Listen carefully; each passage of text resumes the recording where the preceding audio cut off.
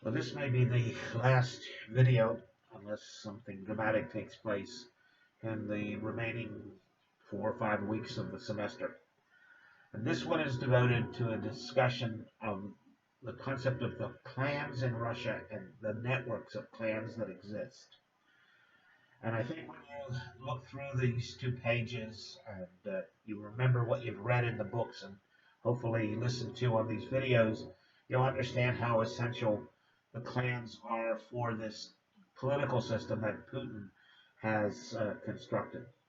I define the clans here in the book as based upon, much of this is based upon the Taylor book, The Code of Putinism. It talks about the nature of the clans, and certainly one that comes to mind right off the top is people that Putin has been associated with from the KGB. Either when he was in the KGB in St. Petersburg, in training in Moscow, or in Dresden. And I have here 5 of the essential people that are involved here.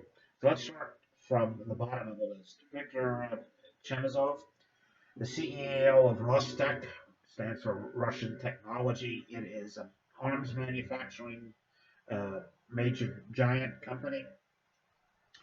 He served with Putin in Dresden. Families lived in the same building. They were, as Putin described, they were friendly neighbors. He is somebody who has moved along in the system with Putin.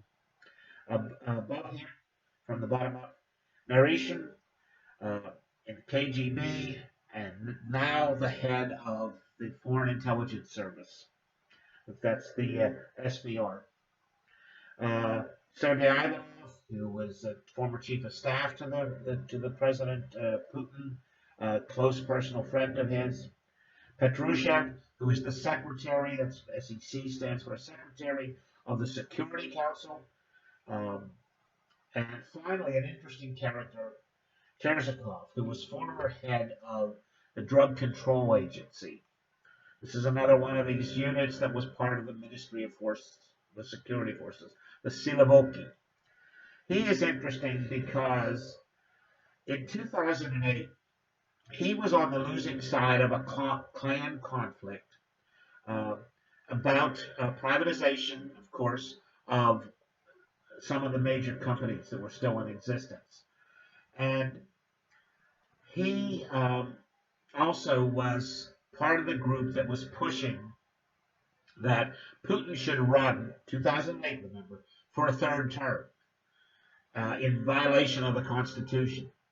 And he, in this group, lost out. And of course, you know, the tandem and Medvedev being president. Okay. Now, as a result of this, him losing this clan conflict, he turned around and published an article titled Warriors Should Not Be Traders. Traders. In other words, the warrior class should not become businessmen. They shouldn't be trading in oil and scarce commodities. This is to imply that law enforcement and security services were enriching themselves by getting involved in businesses.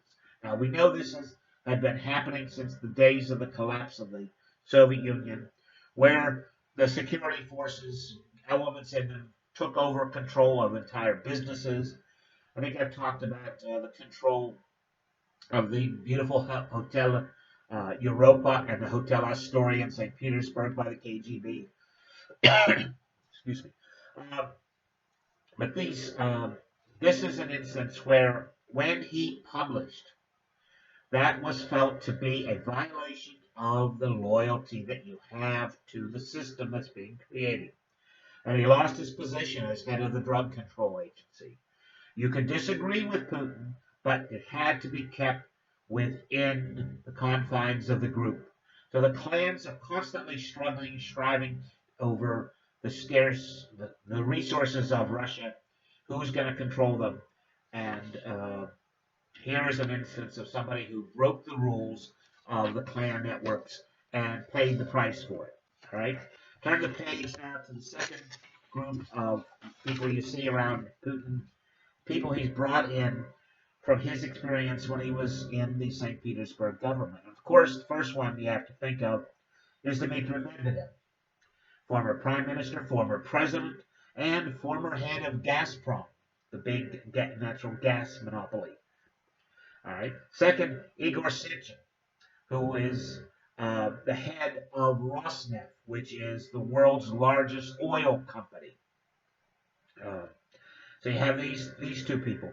Alexei Kudrin, you've read about him a lot in the readings. He was the finance minister. He's the one who is really given the credit for the macroeconomic stability that has been created under Putin. He's the one pushing the sovereign wealth funds, these reserve funds, these rainy day funds, if you will, that have helped Russia survive the 2008 financial crisis and are helping them do as well as could be expected under the heavy Western and U.S. sanctions that are being imposed upon Russia as a result of Crimea and Ukraine and the Syria war, these things. The next is Alexei Miller, who was an economic advisor in the Sobchak government. He's now the CEO of Gazprom. Interesting first name, right? German, Greek. Family background is German. These are part of the old Volga Germans that Peter and then especially Catherine the Great encouraged to immigrate to be an example of stalwart, hardworking peasants to demonstrate to the Russian peasants how you should farm, etc. Going back in history. So there are a number of these people. Well, Miller, the name before that, it's not a German. That's a German name, not necessarily a Russian name. So Graef is head of Share Bank, one of these large banks that's involved with the state system.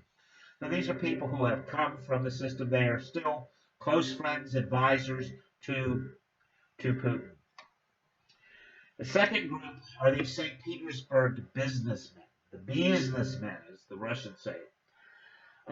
All of these four are associated with the Ozero Dasha Cooperative. These are the people who bought private land to create this fenced-in community around a small lake outside of St. Petersburg. Yakunin was the head of the Russian railway system, and rails are so vitally important in Russia. The road systems are pretty poor, but the rails are vital communications, carrying people and goods all through the country of this largest country in the world. So this is an important position he held for a number of years. He wasn't very good at it, and eventually he was actually thrown out of office, but still put in another position where he became close. Because while he may have been a lousy manager, many of the people who were put in charge of these state monopolies that are being created, these national champions that Putin has pushed for, many of them are pretty poor administrators. And what happens is much of the wealth that these businesses, these natural monopolies, national champions, state monopolies are creating, much of this wealth goes to Putin's allies. And we'll talk about that in a moment. But the second person under the St. Petersburg businessman, Yuri Kovalchuk. Kovalchuk is the head of this big bank, Rossiya. It is called Putin's bank. It's called Putin's Friends Bank. This is a bank that has its hand in so many of the companies, and so many. It is the hub of a network of clans and connections all around Putin. Kovalchuk is the largest shareholder. He is also an owner, one of the original owners of the Ozero Cooperative. The next, Gennady Timchenko, who's worth $1.5 billion, who started out as a lowly oil and energy trader the early days of the post-Soviet Union, but now created a major company that he had to sell because of the sanctions, because so much of his business was done in the West and he couldn't travel to the West to do that. But he is still extremely wealthy, extremely close to Putin. He gave Putin his Labrador puppy, that Putin loved, Cronies. Um, so these guys have been close for years, going back to St. Petersburg. And the last one on the list, Nikolai Shamlov, he's only worth $500 million, but he has a couple sons who are budding millionaires, or billionaires, I'm sorry. He started out as a dentist in St. Petersburg, but got involved, created a business, a dental corporation, started importing dental supplies, etc. And he was wealthy, but not a billionaire, not an oligarch type, until Putin got into the presidency. And he has benefited by enormous no bid contracts through Russian state agencies. Uh, he's here also because his youngest son married the youngest daughter, Katerina, of Vladimir Putin. This was a very elaborate wedding in 2013. He spent a small fortune on it. Apparently, the loving couple broke up uh, in 2017. Um, a lot of Putin keeps his family, his immediate family, the children particularly, out of the news much. You don't get a whole lot of news, but apparently they have divorced.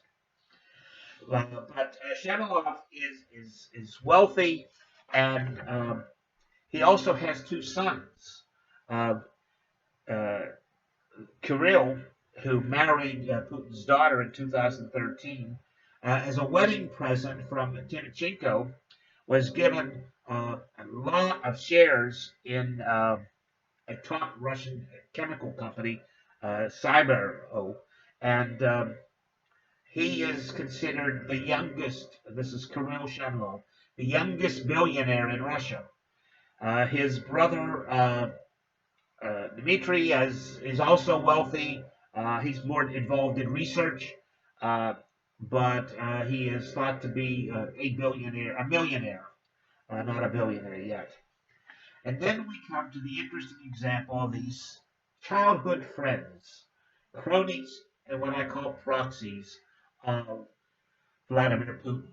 And the first two are the brothers Rattenberg, who are former judo partners of uh, Putin. They were childhood friends. They grew up together. Arkady is the more wealthy one. Uh, he started out owning a couple small gas stations in Russia, in St. Petersburg, and now is worth 3.1 billion US dollars. Uh, they own the major trucking company in Russia.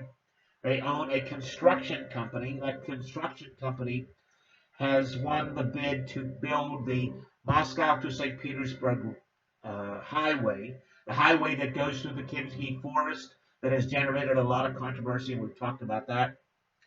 They also won the no bid contract to build almost the entire infrastructure for the Sochi Olympics. That's hotels, venues, roads, trains, lines to get in there. $7 billion unbid contract. And this is typical of the people around Putin. And the next one is a cellist, a concert cellist, apparently quite good. He is in charge of the uh, conservatory for music in St. Petersburg. But he's worth $2 billion. This is according to the Panama Papers. You know, when they came out in 2016, they were quite revelatory.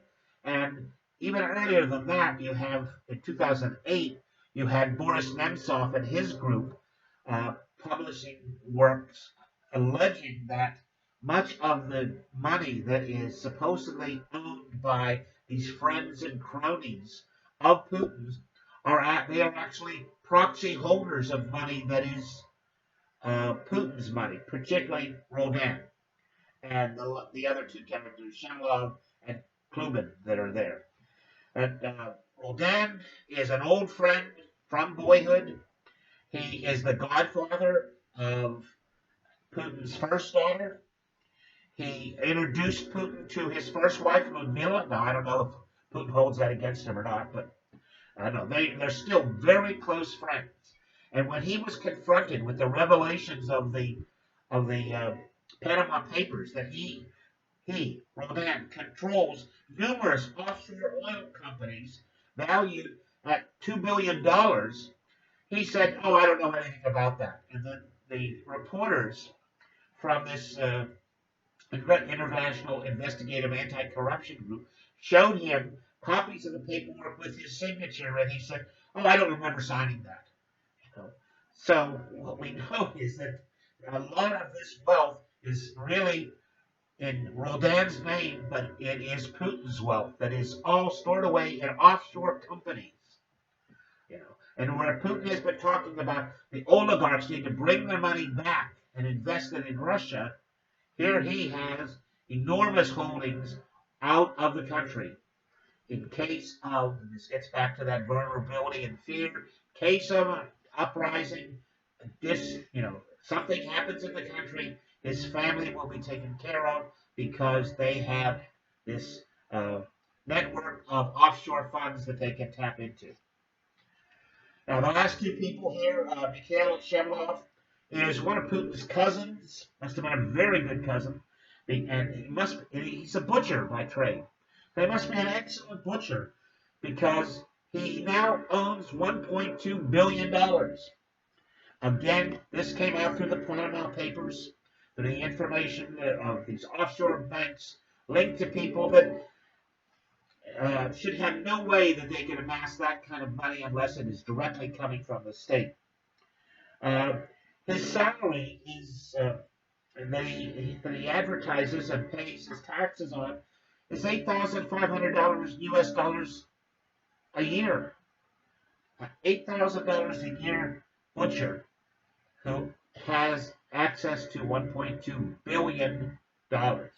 Amazing.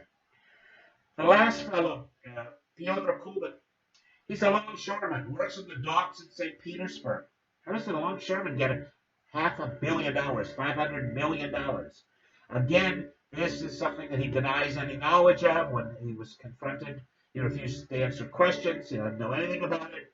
People call him at his home. He hangs up. But again, this is somebody from St. Petersburg who has relations with ties to Putin that has done well as a result of that. Now, let me talk for a moment about the role of Gazprom, how essential Gazprom, this natural gas monopoly, is to the network around Putin, particularly of friends and cronies. Bank Rossiya, that's Putin's bank, Kovalchuk's bank, they bought a large financial stake in Gazprom. They wound up controlling the Gazprom bank. They have bought into the insurance company with Gazprom. Gazprom is this mega large company that was one time valued on the stock market in Russia. Let me see if I have the exact amount. They were valued at about $300 billion. Now, today, they are valued at less than $100 billion. Now, one would think this is pretty poor management if they've lost that much money. Well, here's the thing. They haven't lost that money. They have basically given that money. They're given